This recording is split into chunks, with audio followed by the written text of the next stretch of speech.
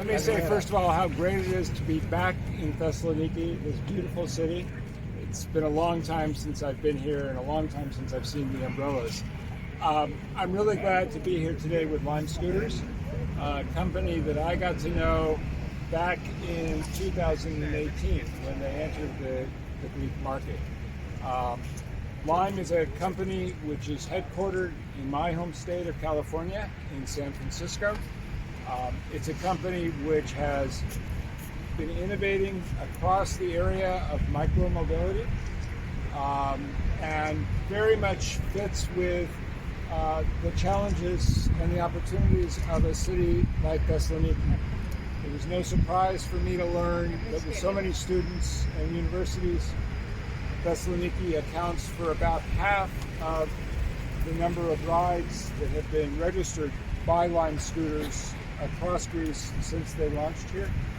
We're very hopeful that Lime will be able to relaunch here in Thessaloniki very soon this summer as part of the gradual reopening of the economy, the reopening of the tourism economy, which is so important to this city, which I've been discussing with Minister Theoharis.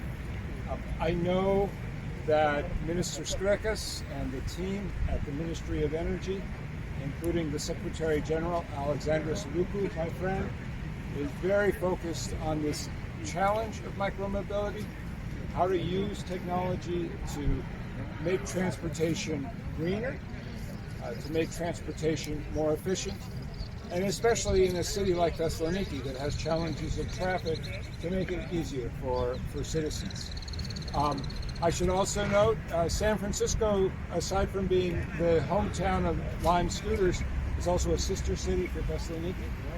So I'm looking forward to discussing that sister city relationship and Lime Scooters with Mayor Zervas later this morning. And of course, our wonderful Consul General, Liz Lee, is a San Franciscan herself, a real San Franciscan. So there's a natural fit there. I've also discussed issues of micromobility with Mayor Bakoyannis in Athens. I know everybody wants to figure out how to use these innovative technologies in a way that works for cities, that's safe, but also helps to facilitate people going about and doing their business from day to day. So I'm happy to take any questions. And as long as it's about transportation and climate and Lime Για τα Scooters. θέματα των μεταφορών, του κλίματος και τα σκουτεράκια. How many differences do you see about the traffic at San Francisco and Thessaloniki? So let me talk about the traffic in Los Angeles. So I'm from Southern California, and you know all of our cities face the same issues. Too many cars, not enough bike lanes. I think the answer on these mobility issues is going to be how to get people out of their cars and into other solutions. And in some places those solutions will be scooters, and other places it may be e-bikes or regular bike share. I've been very impressed with Mayor Papasteregou in Trikala, who is the president of the Council of Mayors of Greece. And I remember one of my first trips in this country was to Trikala and to see what Mayor Papasteregou was doing with autonomous buses, and also with bike share and bike lanes. And you see people moving around that city very easily.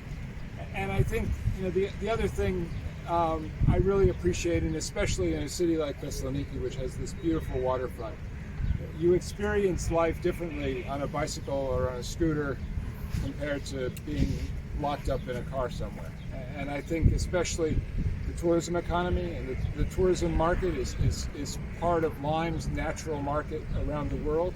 And the tourism economy here in Thessaloniki is critically important, something that the United States is hoping to support as Greece begins the process of coming out of the pandemic and working towards economic recovery. Your opinion about the experimental of Stipalia?